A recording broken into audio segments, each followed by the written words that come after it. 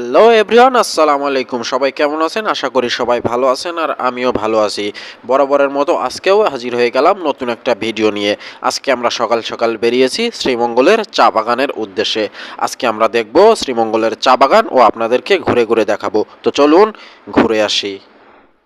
আমরা চলে আইছি চায়ের রাজ্যে। চায়ের রাজ্য মানে হচ্ছে সিলেট, আর সিলেটে আমরা আসি এখন শ্রীমঙ্গলের চা বাগানে। আমরা 12-13 জন, আমরা একটা গ্রুপ, আমরা চলে আইছি আজকে এই চা বাগানের উদ্দেশ্যে। তো এখন সবাই ছবি টবি তুলবে, সবাই ছবি তুলতেছে আর আমি একা একা এই ভিডিও করতেছি আর আপনাকে একটু দেখানোর চেষ্টা করতেছি। সবাই মিলে ঘুরতেছে আর আমি শুধু আপনাদের দেখানোর জন্যই একটু ঘুরতেছি। তো এখন সকাল 9টা বাজে, আমরা 6টার সময় বেরোইছি। তো 9টার সময় এসে পৌঁছেছি।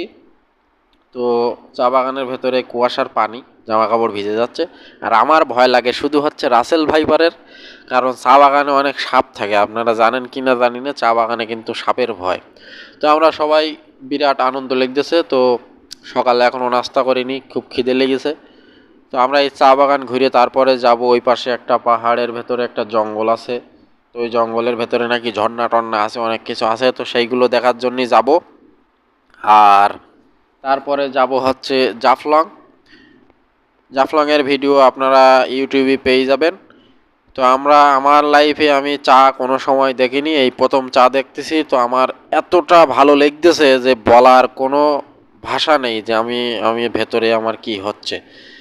তো লাইফে প্রথম এই ফার্স্ট চা বাগানে আসলাম বেড়াতে। তো চা বাগান দেখে খুব ভালো লাগতেছে। আর এই যে চায়ের পাতাগুলো, এগুলো 1 মাস পর পর এগুলো তোলা হয়। আর এখানে একজন লোক আছে এই চা বাগান দেখাশোনার জন্য, উনি আমার বাগানের মোটে ঢুকতে দেবে না। ওই পাশে ওই যে গাড়ি, অনেক পর্যটক আছে কিন্তু বাগানের ভেতরে কারোরে ঢুকতে দিচ্ছে না, কোনো অ্যালাউ নেই। তারপরও আমরা তার সাথে কথা বলে অনেক কষ্ট করে ম্যানেজ করে আমরা এত দূরিত্বে আইছি, যেহেতু চা বাগানের ভেতরে ছবি টবি না তুলে তো আমরা আসলে যাব না। তাই খুব কষ্ট করে কাকার ম্যানেজ করে আমরা চা বাগানের ভেতরে ঢুকেছি। চা বাগানের ভেতরে ঢুকে এখন এই যে চায়ের এই নতুন পাতা বেরিয়েছে দেখতে পাচ্ছেন, এই মাত্র এখান থেকে 15 থেকে 20 দিন আগে এই চা তুলেছে। আর এখন এই নতুন পাতা বেরিয়েছে, আর হয়তো 10 দিন পরে এই পাতাগুলো আবার তুলবে। তুলে এই পাতাটা সরাসরি চলে যায় ফ্যাক্টরিতে।